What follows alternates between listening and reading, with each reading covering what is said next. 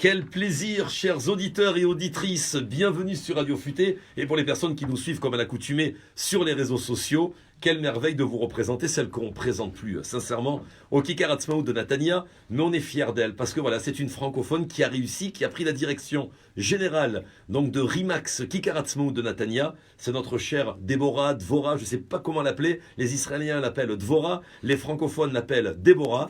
Alors Déborah, soyez la bienvenue à nouveau. Comment ça va? Charles, comment ça va? Ça me fait plaisir, croyez-moi, je ne le dis pas à tous les invités, mais moi, je suis honoré de vous avoir dans le studio. Merci, c'est gentil, voilà. Ça me fait également très plaisir d'être là. Toujours un plaisir. Et j'ai été très surpris que la dernière fois, lors de votre premier passage à la radio, des gens vous ont retrouvé, certains vous ont découvert, certains sont venus vous féliciter à l'agence même. Ils sont venus me voir à l'agence. Mais c'est incroyable. Très sympa. Et alors tout le monde m'a dit, ils ont été reçus par votre équipe et vous-même, le petit café à la française, avec le verre d'eau frais à côté de l'expresso. C'est la classe, hein. Toujours. Les gâteaux, la bonne... Ah ouais, mais cola cavote. C'est ce qu'on a l'impression, j'ai l'impression avant toute chose, hein, avant de vendre un bien, que vous avez tout compris quelque part. C'est que tout d'abord, c'est une mitzvah que vous faites. C'est que vous établissez les gens ici en Eretz Israël, le fait d'avoir acheté et d'acquérir un bien. Et en plus de ça, on a l'impression que, je sais pas, c'est tellement important pour vous de leur apporter quelque part la maison de rêve qui va quelque part ressentir le fait qu'ils se sentent bien en Eretz Israël et que eux justement ne vont pas faire une irida, ils vont rester en Eretz Israël. Vous avez conscience de cela? Tout à fait, c'est un métier qui est passionnant mais qui est aussi pour les passionnés d'aider ceux qui aiment leur prochain, et ceux qui veulent toujours être présents. Acheter un appartement ou vendre son appartement, c'est une chose tellement extraordinaire dans une vie. Combien de fois on vend un appartement dans une vie? Pas beaucoup. Hein. Et accompagner les gens dans cette étape, qui est une étape cruciale de leur vie, c'est très important. C'est d'abord avant tout, c'est un contact, c'est comprendre la personne, par quoi elle passe et comment on va pouvoir l'aider au maximum. Parce qu'en général, ils sont quoi? Ils sont réticents, ils ont peur de se faire avoir. Ces francophones, du fait que ils ont affaire à vous et ils ont compris l'authenticité et l'honnêteté, je veux dire, de l'agence. C'est parce qu'il y a eu peut-être des fois des mésaventures ailleurs? Certains ont des vraies raisons d'avoir peur, bien sûr, évidemment. Et moi qui suis au Ola Khadasha aussi, j'ai passé certaines étapes en Israël et je suis là justement pour aider ceux qui sont passés par là à avoir le meilleur conseil. Avant tout, c'est d'abord être bien conseillé, être conseillé par quelqu'un qui est professionnel et qui a des contacts et des connaissances dans le domaine, et pour éviter justement d'avoir des mésaventures. J'ai compris. Alors comment quelque part se différencie RIMAX par rapport, on va dire, à une autre agence? RIMAX, avant tout, d'abord, c'est une agence qui est internationale. Ce n'est pas une agence de quartier qu'on a à Netanya. Ne serait-ce qu'à Netanya, on a 3 bureaux RIMAX. Un qui se trouve à Kiryat HaSharon, un sur le réseau de Poleg et un au centre-ville, donc lequel je dirige. Et donc, si vous voulez, on a une plateforme qui est internationale sur tout ce qui est comment on va envoyer un appartement, par exemple. Du moment qu'un appartement rentre dans notre agence, il est sur une plateforme internationale. Il peut ramener des acheteurs de du monde entier. Vous parlez de diffusion. Tout à fait. La diffusion est extraordinaire parce qu'en fait, elle se fait de manière très forte. C'est notre force, en fait. C'est la diffusion de votre produit au plus grand nombre de gens. Le plus grand nombre vont savoir, va avoir le fait qu'il y a tel appartement qui est en vente à tel endroit. Donc, ça va ramener le plus d'acheteurs. Le plus d'acheteurs ramène donc la concurrence entre les acheteurs et maximise votre prix de vente.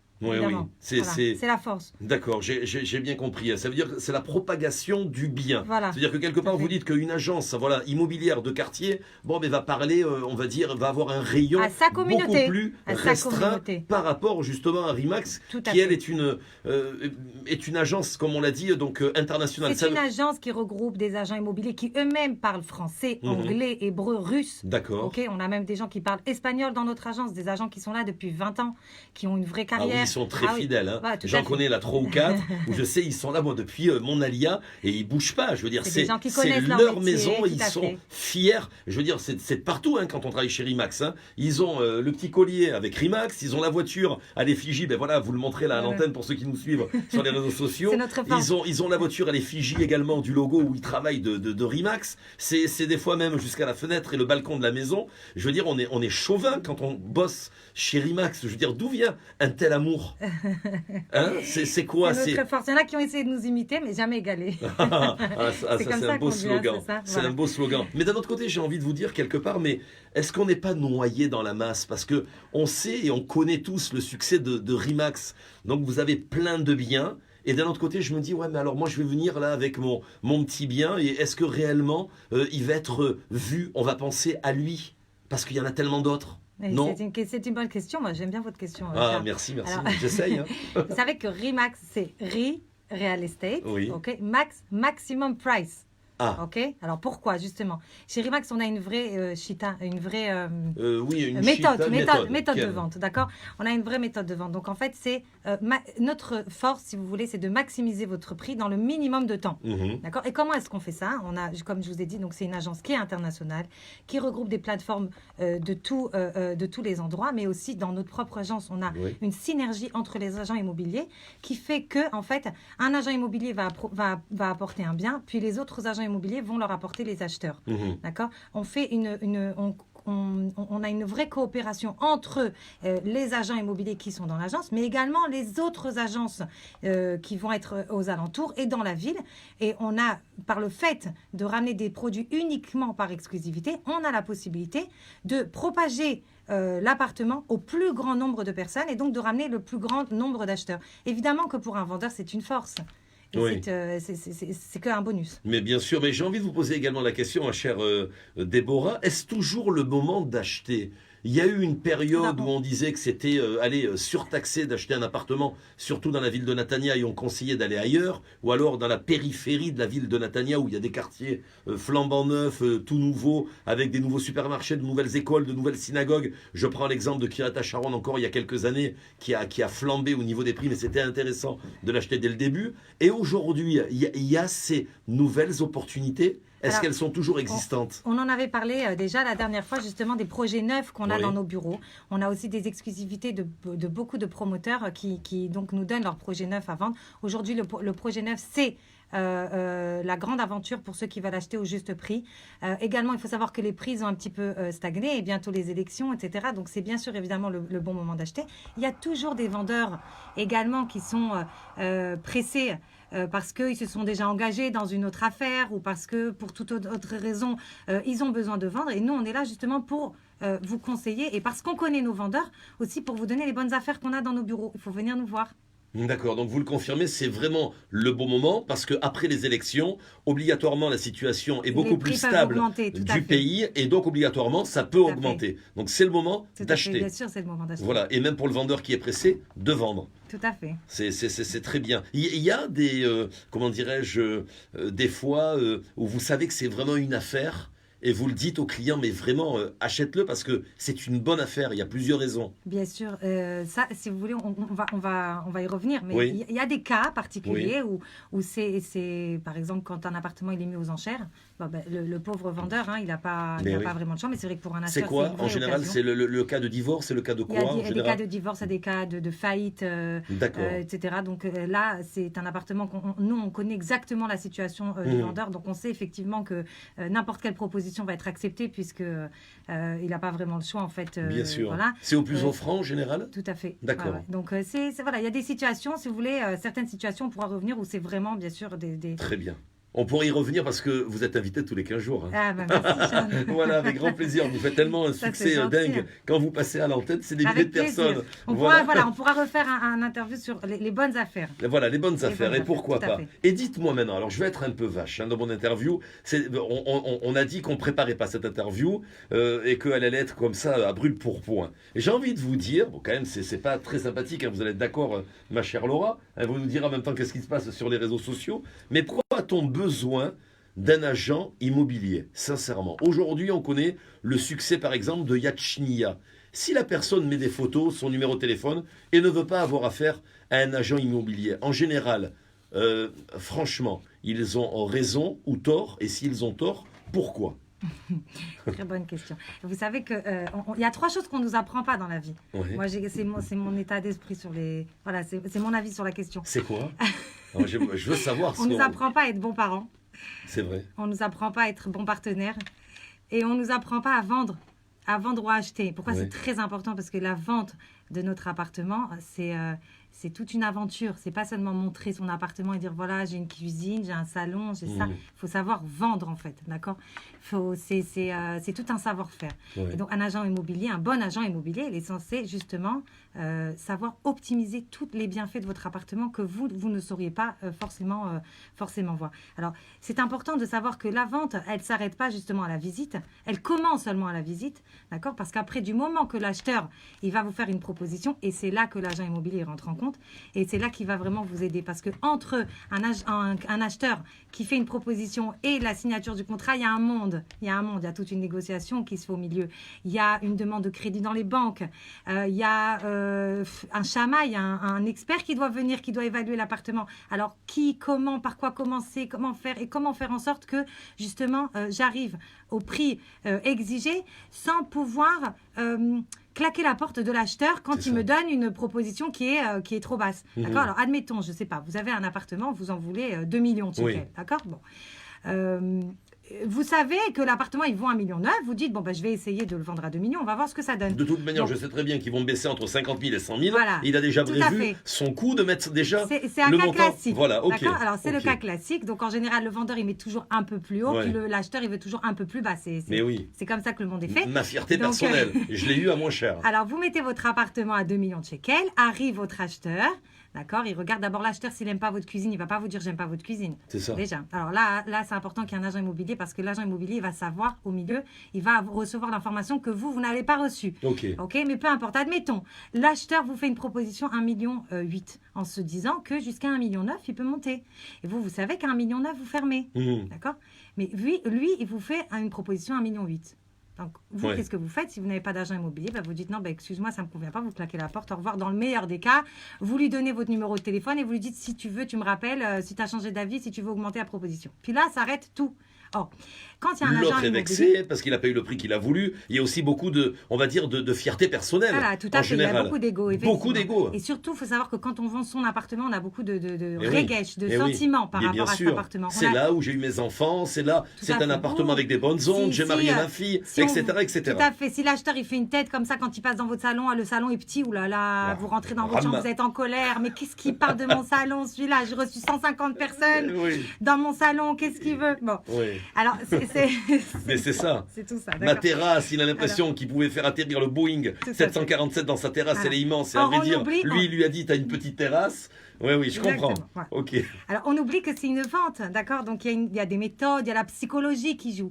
On ne vend pas un appartement, on vend un rêve, on vend une espérance, on vend quelque chose qui va plaire à l'acheteur. Et là, donc, l'agent immobilier rentre en jeu. Quand on reprend le même scénario, donc, on a mis l'appartement à 2 millions.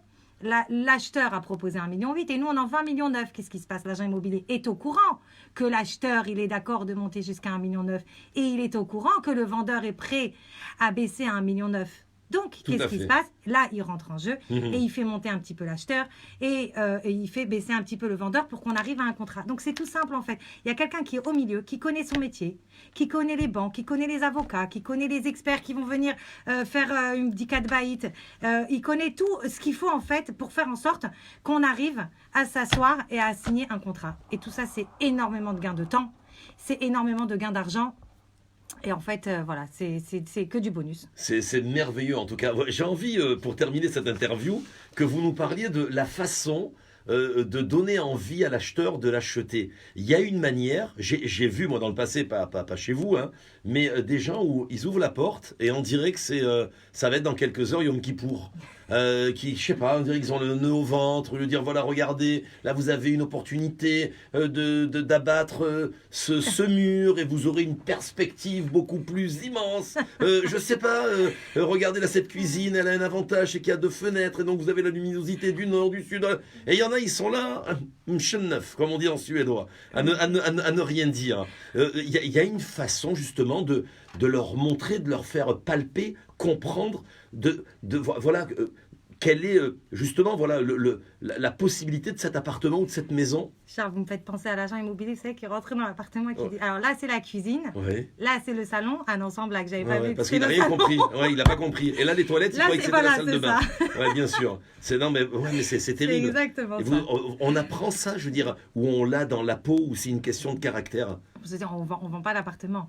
On vend un rêve, Oui. on vend des espérances, on vend le quartier déjà. On Ouais. commence alors, déjà, on s'assoit avec notre acheteur déjà et on fait ce qu'on appelle un tiumtsipiot. Je sais pas, excusez-moi. Oui. Peut-être ça va nous aider, Laura. Comment Ok. on dit ça? Moi non plus. J'ai pas appris le mandarin, excusez-moi. Je sais plus comment on dit ça. Mais Oui.